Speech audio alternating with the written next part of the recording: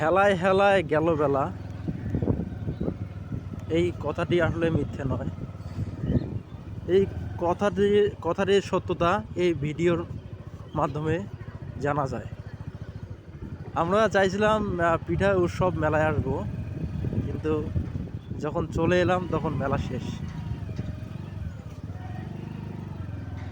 আমরা ইচ্ছে করলে আগেই আসতে পারতাম, কিন্তু হেলায় হেলায় বেলা চলে গেছে, তারপর আমরা মেলায় আসলাম। যাক, মেলা আর দেখা হলো না।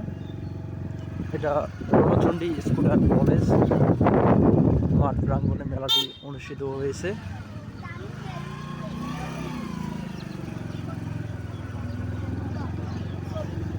এই মেলার গেট খোলার কাজ করতেছে।